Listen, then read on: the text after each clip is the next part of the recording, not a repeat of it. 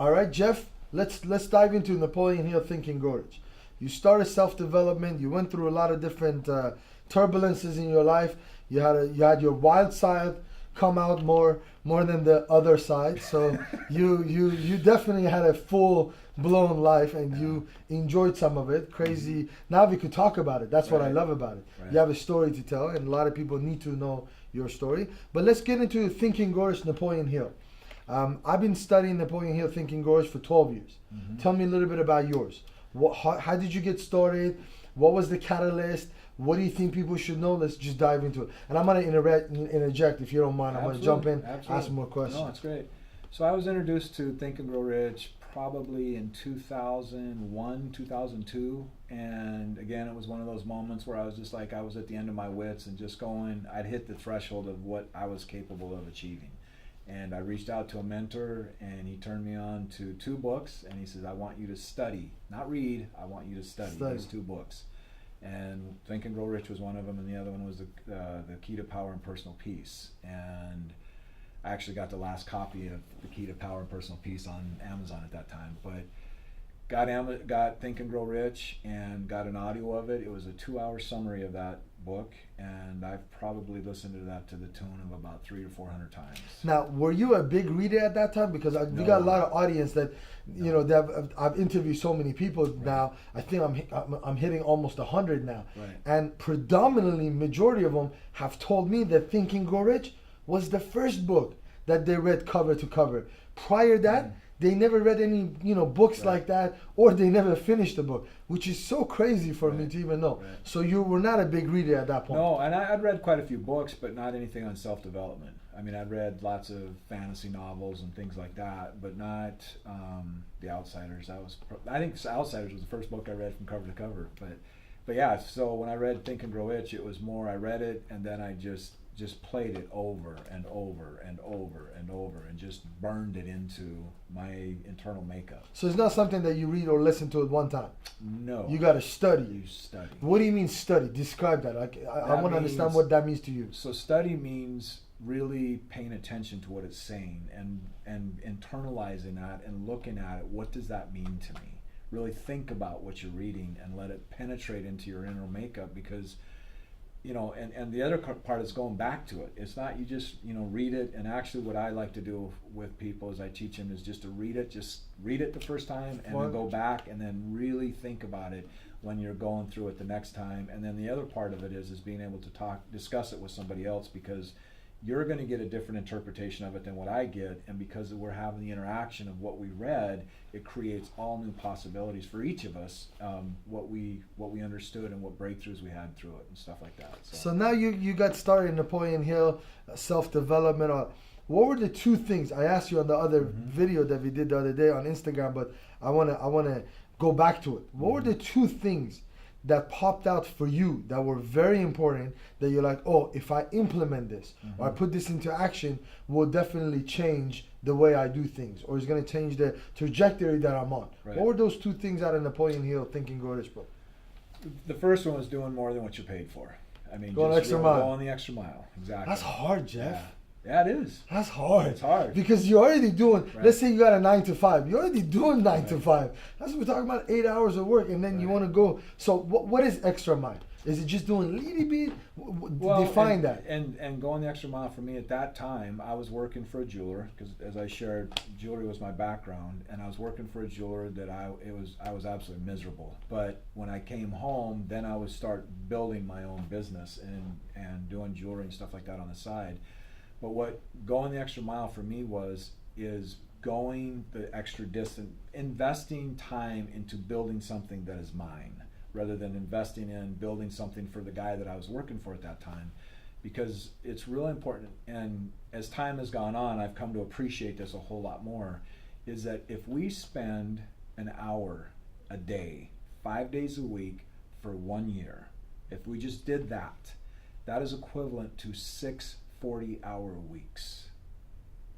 Really getting people to understand it's the incremental things over time that compound Ooh, and make big differences. Effect. Make huge differences, right? Huge differences. So I was spending at that time, I was probably working more on my own than I was for my jeweler, and it really shortened the amount of time. And once I got serious about it, I was able to leave that and go on my own, and here we are. That's crazy. Yeah. Let me tell you about my schedule yesterday, going about extra miles. And I think my team always chops me with this, and they get on my dish about it. I finished office yesterday, 6 p.m. Mm-hmm. I went to my book studying class. I finished at 9:30. 9:30, I had my mastermind meeting with one of other coaches that I'm working with. We went to Denny's. I went home, literally changed for like 5 seconds. I went to Denny's. We were there till 12. I got home 12:30. I just got there enough time to kiss my baby goodnight. Slept, woke up 6 o'clock in the morning. Had 2 other conference calls already this morning, talking with a few other people in Canada about masterminding, doing other things. And to me, going extra miles is 24/7. Right. You just got to do it. Right. And a lot of people have a hard time balancing that. So talk to me about that. How do you don't go crazy? How, you went extra miles. So what was your free time? What did you do to think that, oh, it's not only about money or just my job or my craft or my business? I think it's important for people to ask, what do they value? Really looking at what do they value and creating the vision of what they want to create in their future, because what we value is what drives us. And for me, what I valued was freedom. I wanted freedom. I wanted. You hated your boss that much? It was You're like, I gotta be out. It was bad. How long did you put up with that pain and I was suffering? there 5 years. 5 years. 5 years. Yeah. And You're more tough skinned than I am, man. That was the longest job I've ever had in my life. Really? But I felt stuck. I didn't feel like I had choice. I didn't know I had choice. And it took having the guy that was mentoring me and investing into my business for me to really crack that shell and getting me to think and recognize that I had choice. He's the one that really introduced me to this whole concept of you can design your future. You can design your future. But it takes work. But it takes work. Absolutely, it takes work. But with that, I don't look at it as work, because it's just like if and the way that I teach my clients when I'm sharing this concept is, we make time for what we value and we prioritize what we value.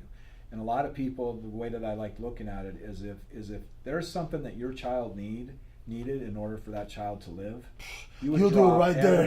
You would do everything possible to make that happen. Right there. You wouldn't be caught up in being rejected. You wouldn't get caught up in nothing matters at that point. Nothing matters. That's what you value in making that happen. So if we are able to recognizing that we have that resource within us, is taking that and aligning that with our dream. So how do you get that feeling without you actually endangering your child and locking them up and saying that my child needs this? How do you get that feeling without going through that circumstances? Anchoring it, understanding that your life, and so living, and this is where I came up with the quote, live like your life depends on it. Live like your life depends on it. Right? That's hard, Jack. It's hard. It's hard. You're creating more work for me already. Well, no, it's what my intent would be to share that with anybody is get them to focus on where you want to be, right? And because when I was putting in all those hours to create the business that I wanted, it wasn't work. It wasn't hard. It was like, I'm feeding this dream that I want, freedom, and asking people, because it's understanding that freedom is a result of taking responsibility. If we surrender our responsibility, we surrender our liberty. And that's what this whole country was founded on, is taking responsibility for who you are. We are responsible for our lives. We created our lives. Our lives are designed exactly perfectly to get the results that they're getting. If we want different results, then we need to look at what are we doing that is creating this life that we have.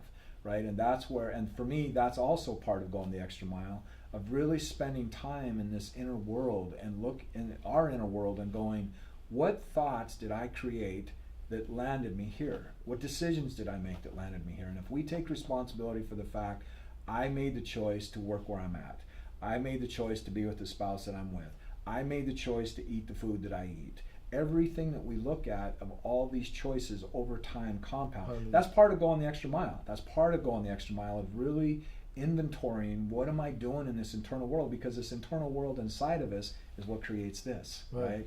So it's really important for us to take responsibility for that, because if we don't, this is the dangerous part. If we don't take responsibility for our inner world, somebody else will gladly do it. Definitely. And then we will be in a place where we don't feel like we have choice. And when we don't feel like we have choice, we feel victim, we get into a lower vibration, and we get annihilated, right? And I've been there, I can't tell you how many times, Vahid, it's been so many times I have been in that place where I just felt like a victim imprisoned in something that I created myself. And that's where I want people to really recognize every single decision you make is creating your tomorrow. That's going the extra mile for me. Awesome. All right, Jeff, let's dive into a little bit more. So you said going extra mile for Think and Grow Rich was a big deal. What was the second thing for you out of the book that you think was very pivotal for you? When I was reading it and listening to it, I didn't appreciate it as much as I appreciate it today. Yeah. And that is the power of the mastermind. And, you know, thinking about how he introduced that concept of, like, he was leery of talking about it, you know, because he's imagining all these incredible icons that were part of what made up his mastermind.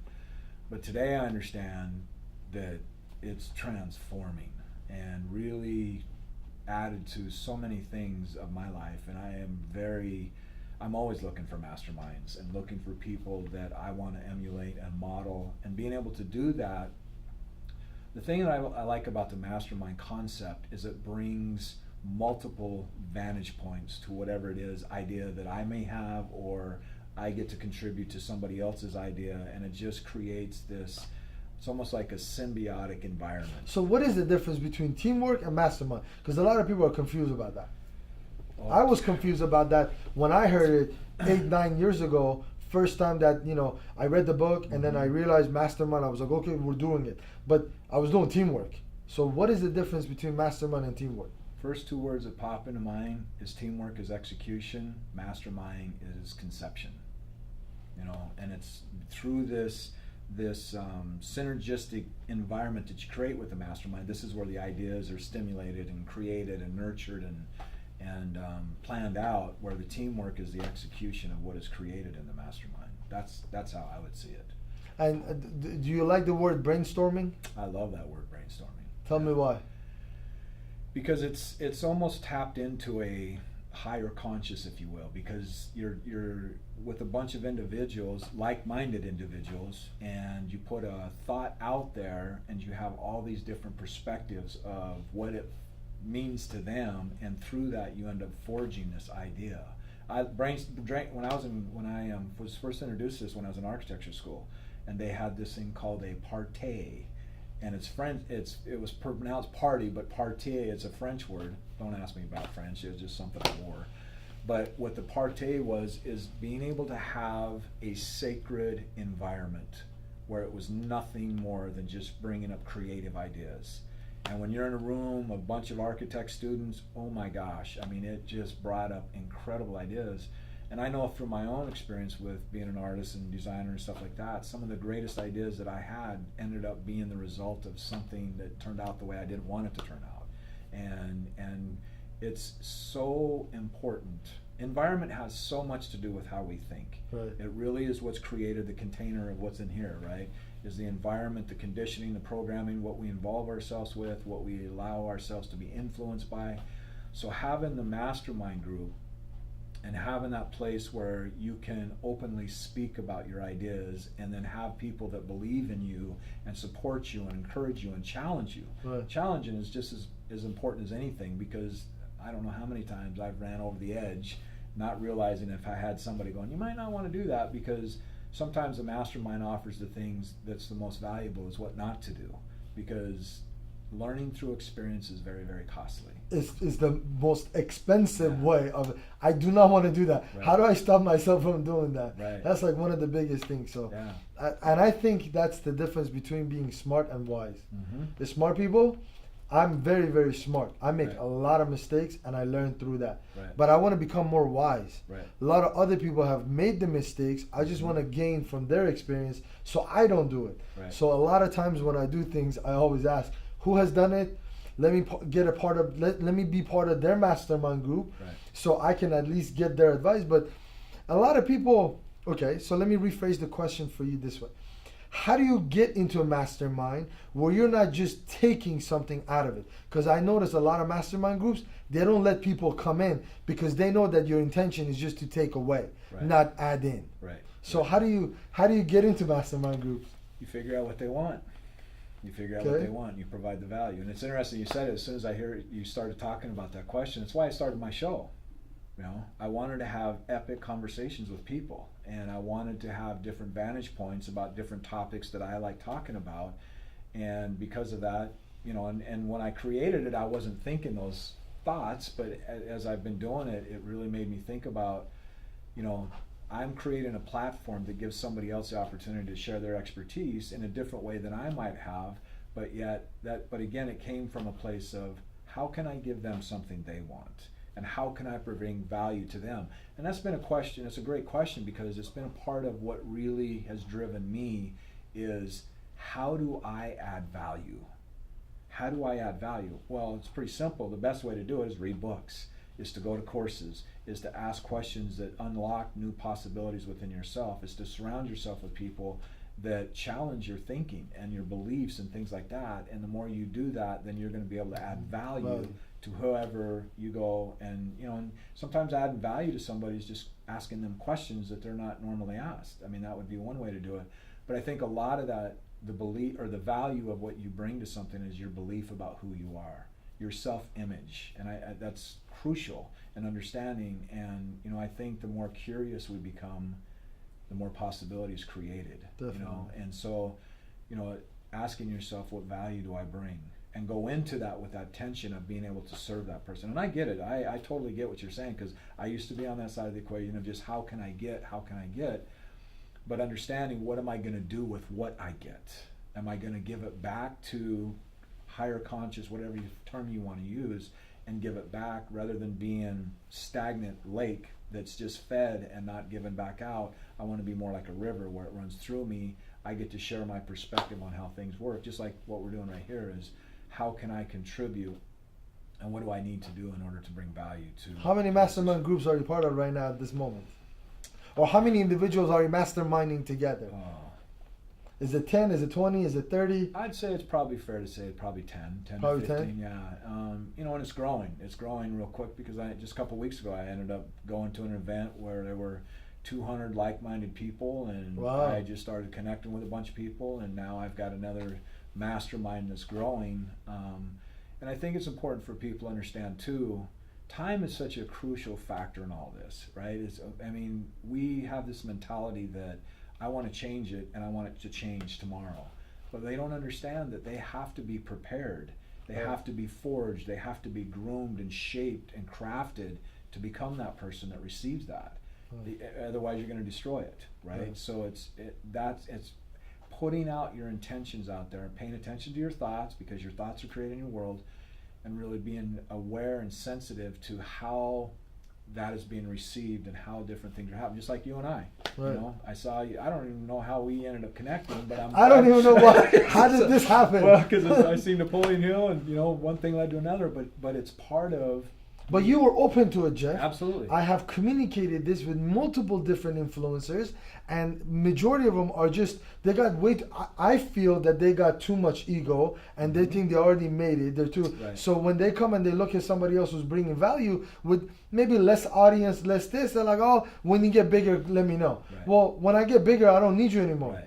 You know, Right. I wanted to mastermind with you now so we could build that relationship. So I feel like, you know, everything happens for a reason. Absolutely. So when I opened up the option for you to come down and do it, you were open to it. Right. So that helps me to do more of these things with you. And that builds up our relationship. And I'm bringing my reinforcement, I want to say, my mastermind group to your mastermind group. Right. And then next thing you know, we're making tons of money. We're doing a lot of value. We're helping a lot of other entrepreneurs get to the next level that they want to go. And then 20 years down the line, we'll look at it and it just happened from a live Instagram video. Right. And Just that 1 15-minute, Right. look what it has done for the next Right. 20 years. And It's crazy. It planted a seed. So let's talk about this. I know there's a phrase that you like to say, Yeah. and you want to explain it of how it works. So I'm going to give you this opportunity. But before we get into it, how important was Napoleon Hill Think and Grow Rich to your growth? From a scale of 1 to 10. 20. 20? Absolutely.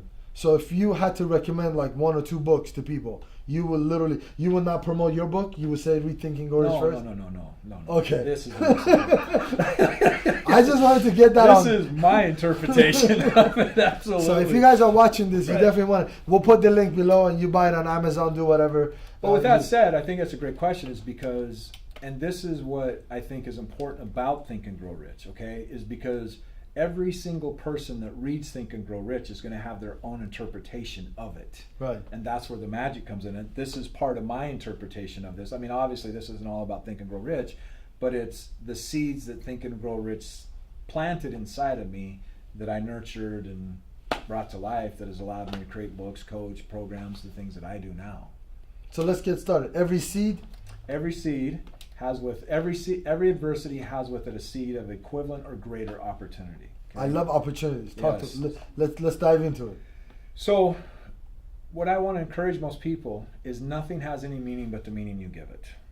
Okay? So what that means is life doesn't happen to you; it happens because of you. And when we start taking responsibility for how we perceive things, then we can start seeing like we have more control. Are we at the cause side of it, or are we at the effect side of it?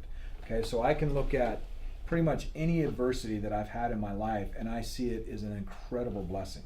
Now, when I was going through it, I didn't see it that way. It was most of the people do not see it like that. But I had inside of me going, what am I going to learn from this? How is this going to make me a better person and make me have more awareness so that I can help other people? One of the driving things for me, Vahid, that's driven me at just an intense level is everything that I go through, every challenge, every adversity, everything that I go through, I can take the lessons from that and I can help somebody else accelerate their journey through it. So that's been a big driving force in me. Just like, I know somebody has done it before me, right? So I know that it's possible, but because it's one of the things I share with my clients is I ask them the question, when is a problem no longer a problem? Right? The reason it's a problem is that you don't have the awareness to figure out the solution yet. Right? So embrace it, and understanding the frustration. What is frustration? It's just you searching to find the answer for it. And you use the word problem, or do you use the word challenge? I don't use the word problem anymore. You don't? They do, though. They do. What do you substitute? I use challenge. It's an opportunity. Challenges. It's an opportunity for me to grow. Cool. Yeah, I don't have problems. I have but you're saying be opportunities to grow. responsible for things that you don't even have control over. So things happen to you that you may not have any control over. And you still take responsibility. Absolutely. I have control of how I see it. Which is responsibility. Right. I have absolute control of how I see everything in my life. Right? Now, that doesn't mean that in that moment that something happens that I go, oh, okay, let me think about how I think about that. No, it's not that immediate. Sometimes it is, right? But I understand that down the road is whatever is creating inside of me, the feelings, the response, whatever. And I think that's a distinction, too, of what I just said there. There's a difference between reacting and responding. Right? And when I react to something, it is almost like my default that goes off. Like somebody cuts me off in traffic, that's still an area that I have to work on a little bit, right? But the first thing I ask myself is, do I do that to people? Yeah, I probably cut some people off and got the #1 salute. And what do they call that? The California #1 salute, right? I've had that a few times in my life. You get a lot of that on 405. Right, it's intense. But I can choose in that moment how I see this. Okay, I can go, that SOB, blah, blah, blah, cut me off. Or just going, you know what? Driving down here, a girl starts merging into my lane. I look over and she's looking down at her phone. Of course, I got to educate him a little bit and get her attention and put the phone down and drive, right? And I'm a person, I've had this thing that says, how is it? I comfort the challenge and challenge the comforted. Right? Of just really get people to think about what they think about. But it's a lot of work, Jeff. Thinking about what you're thinking, that's like a lot of people have not even heard that. In the beginning. It's like so out of the think about what I'm thinking. Well, when I heard that the first time, I was like, what are you talking about? Yeah, so I had a guy on my show, and I'll just tell you, when I asked him to be on my show, it was somebody else suggested. I was on her show, business podcast, blah, blah, whatever, and she said, this guy would be a great guest on your show. And I started looking up this guy, and he's, 6-time New York's bestseller, stuff like that. And I was just like, oh, I don't know if I want to go here, and because he puts this persona out there of just this alpha intense male, and I was just, that's the way Jeff used to be, very intense.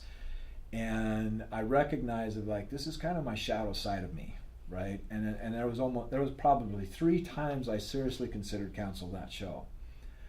But I was researching some of his stuff on one of his books, and he said something, Vahid, that just really was just like, wow, that's profound. And he says, if you get offended easily, if you react, if you get your feelings hurt easy and all these things, this probably isn't for you. He says, but I want you to consider something. I want you to think about what you think about. I was like, wow. Because he offends a lot of people. But see, he wants people to think about, why are you being offended? Why are you being offended? And being offended is a choice. Now, that doesn't mean that I don't ever get offended. Of course I get offended. But I have some tools that when I'm offended, I understand it's because of what's going on inside of me. It has nothing to do with what's going on out here. So I look at, what is this adversity? It's a seed for an opportunity for me to grow and figure out, because, I could sit here, Vahid, and tell you all day long that you're green.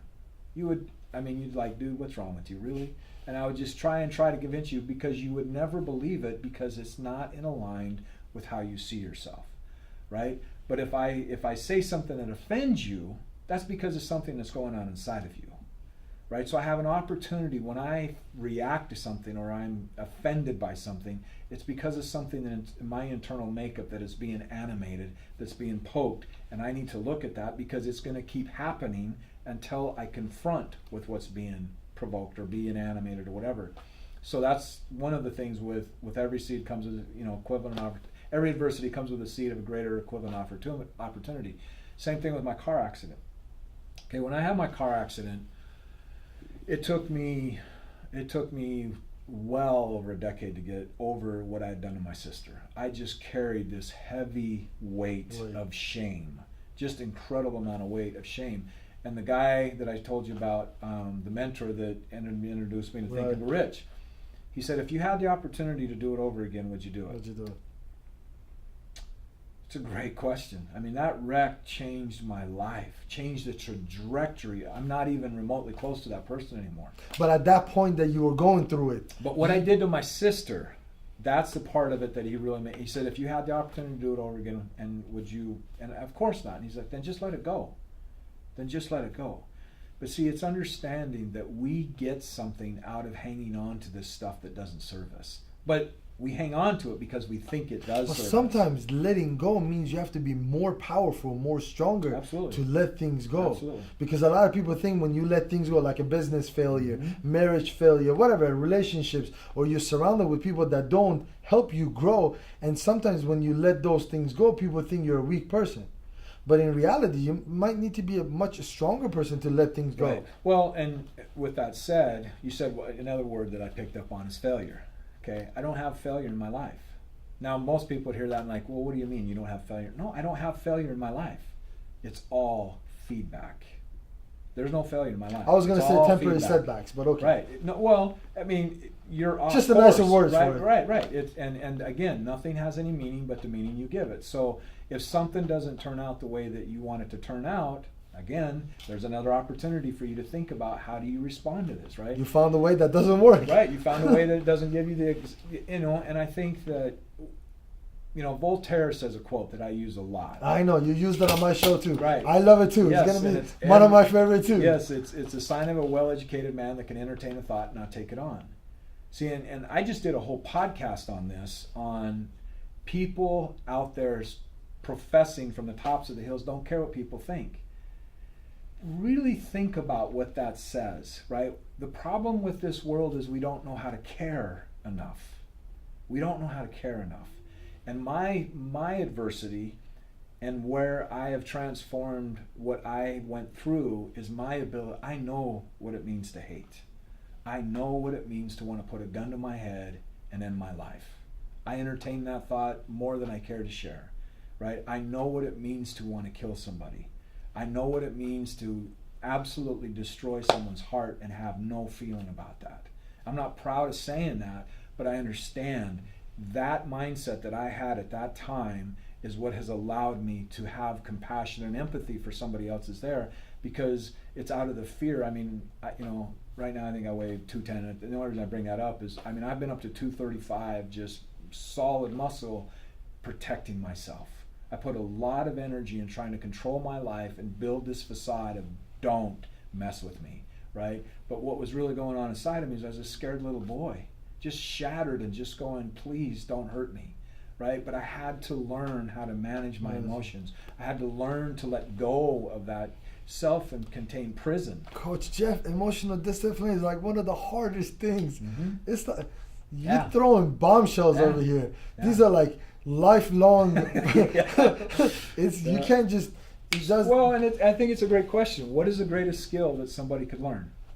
What is the greatest skill that somebody can learn? Now, when I say those kinds of things, I like to use words that you can put a lot of other things underneath, right? So, for example, if I said transportation, right? There's lots of ways that you can transport, skateboard, bicycle, car, airplane, blah, blah, blah, whatever. So I use words that I can fit a lot of things under, right? So when I say, what's the most important skill that somebody could ever learn? That's a big question, right? But knowing the answer to that is going to give you focus and clarity of what to focus on, right? To me, the most important skill that anybody can learn is how to manage oneself.